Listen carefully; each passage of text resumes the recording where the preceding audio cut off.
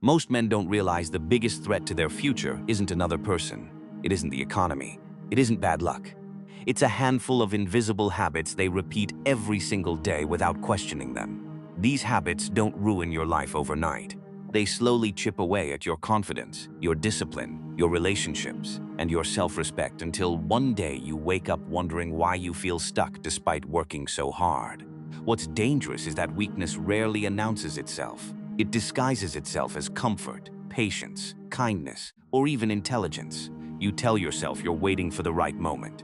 You tell yourself you're keeping the peace. You convince yourself that tomorrow you'll become more disciplined, more confident, more focused. But tomorrow keeps moving further away while the man you could have become slowly disappears. Marcus Aurelius wrote that you have power over your mind, not outside events. The moment you forget that truth, you begin handing pieces of your life to circumstances, to other people, and to emotions you never learned to control. Little by little, you stop directing your own life and begin reacting to whatever the world throws at you. The Stoics believed that no one is born strong. Strength is built through thousands of small decisions that almost nobody sees. Every time you choose discipline over comfort, responsibility over excuses, or courage over fear, you strengthen your character. But every time you surrender to impulse, avoid discomfort, or blame the world, you quietly weaken it. Today, we're going to uncover 6 hidden signs that silently destroy a man's strength.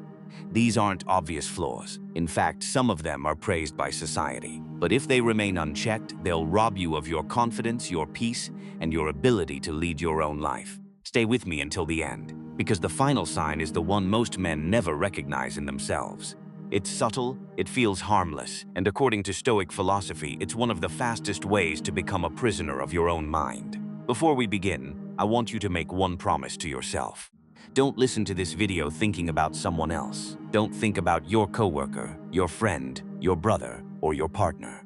Listen as though every word is a mirror. The purpose isn't to judge yourself, it's to see yourself clearly, because only what is seen can be changed.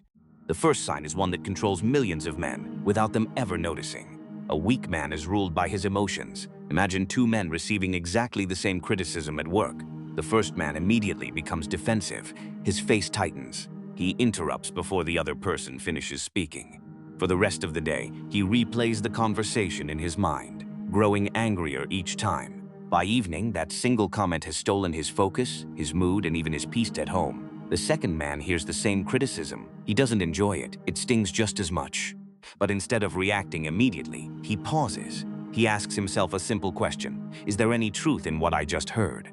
If there is, he learns from it. If there isn't, he lets it go. The difference between these 2 men isn't intelligence, it isn't confidence, it's self-mastery. Most people think emotional strength means never feeling angry, afraid, or disappointed. The Stoics believed the opposite.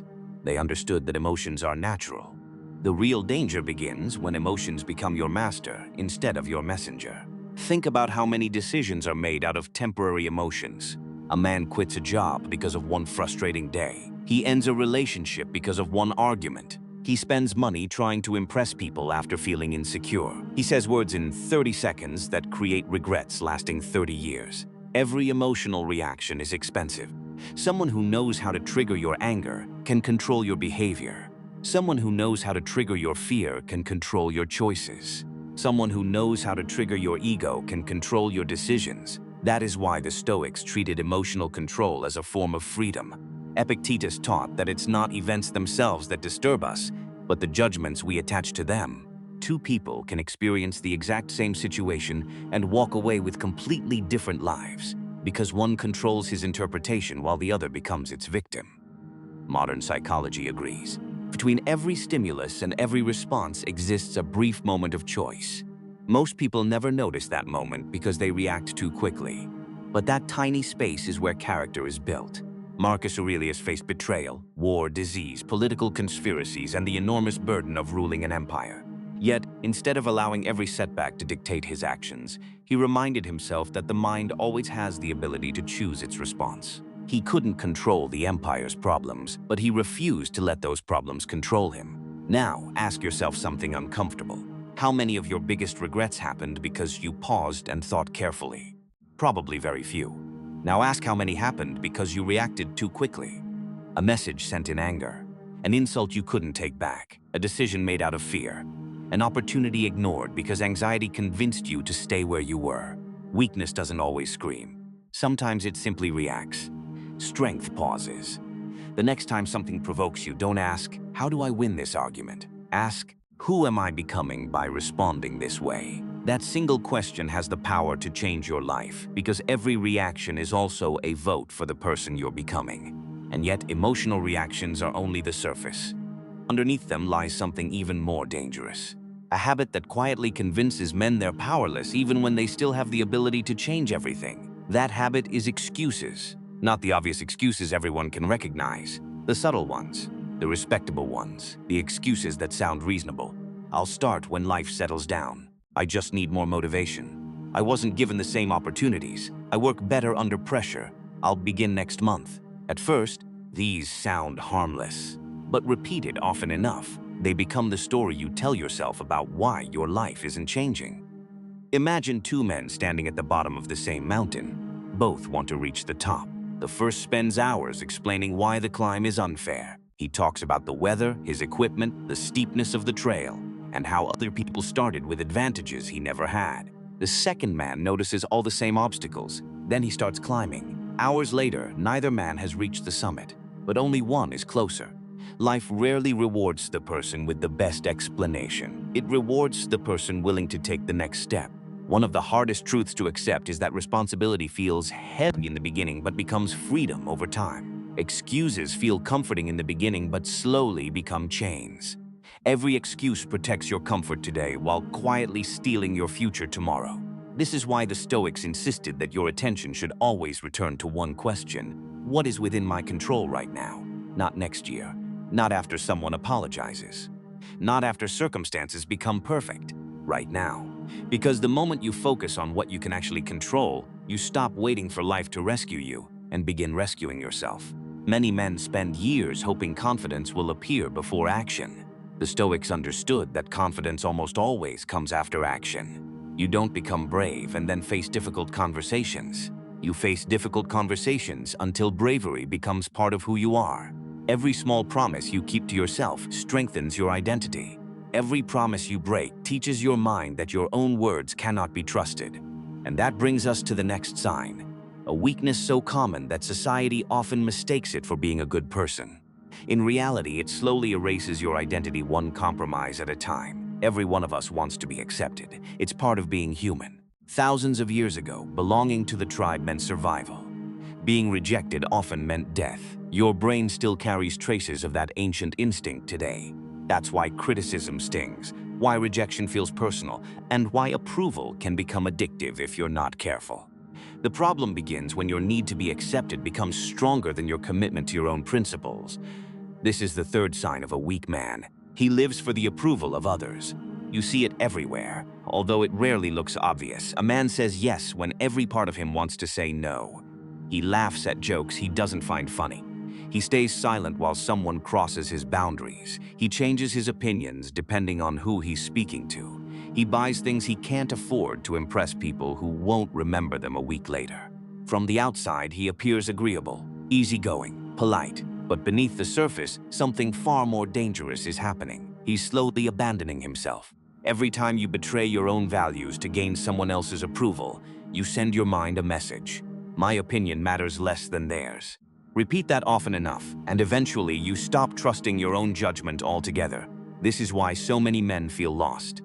Not because they lack intelligence or ability, but because they've spent years becoming whoever everyone else wanted them to be. Seneca warned that the man who follows the crowd will rarely discover himself. The crowd changes its opinions every day. One moment it celebrates you. The next it criticizes you for the very same thing. If your identity depends on public approval, your peace will disappear the moment public opinion changes. Imagine a ship in the middle of a violent ocean. If its captain changes direction every time the wind shifts, the ship never reaches its destination. It simply drifts. Many people live exactly like that. One compliment lifts them up. One insult destroys their confidence. One negative comment ruins their entire day. They don't steer their lives. They surrender the wheel to whoever happens to speak the loudest. Marcus Aurelius reminded himself that the opinions of others belong to them, not to you. You cannot control what people think, but you can control whether their thoughts become your prison. This doesn't mean becoming arrogant or ignoring wise advice. A strong man listens, he reflects, he learns, but he doesn't surrender his identity every time someone disagrees with him. Think about the people you respect most. Chances are they aren't respected because they please everyone. They're respected because they remain consistent even under pressure. Their values don't change depending on who's watching. Their character doesn't disappear when criticism arrives. That's what integrity looks like, and integrity is impossible without the courage to disappoint people. Ask yourself a difficult question. How many decisions in your life were truly yours? How many were made because you feared being judged? The career you chose, the relationship you stayed in, the opportunities you refused, the dreams you quietly abandoned. How much of your life has been shaped by invisible fear? That fear doesn't just steal opportunities, it steals identity. Because every day you wear a mask to satisfy others, you forget the face underneath it. Freedom begins the moment you become willing to be misunderstood. Not because you enjoy conflict, but because your principles matter more than temporary approval. And that brings us to a weakness that destroys potential before it ever has the chance to grow. Most people think confidence creates action. The truth is exactly the opposite. Action creates confidence. A weak man avoids challenges. He waits until he feels ready. He waits until he's more confident. He waits until the timing is perfect. But perfect timing never arrives. Imagine a young soldier standing outside his first battlefield. His hands shake. His heart races.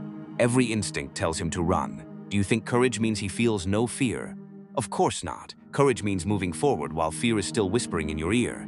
Too many men spend years trying to eliminate fear before taking action. But fear isn't a wall, it's a doorway. Everything meaningful in life asks something uncomfortable from you first. The difficult conversation, the business you want to start, the promotion you want to pursue, the skill you've always wanted to learn, the relationship you've been afraid to leave. Every one of these opportunities sits behind discomfort.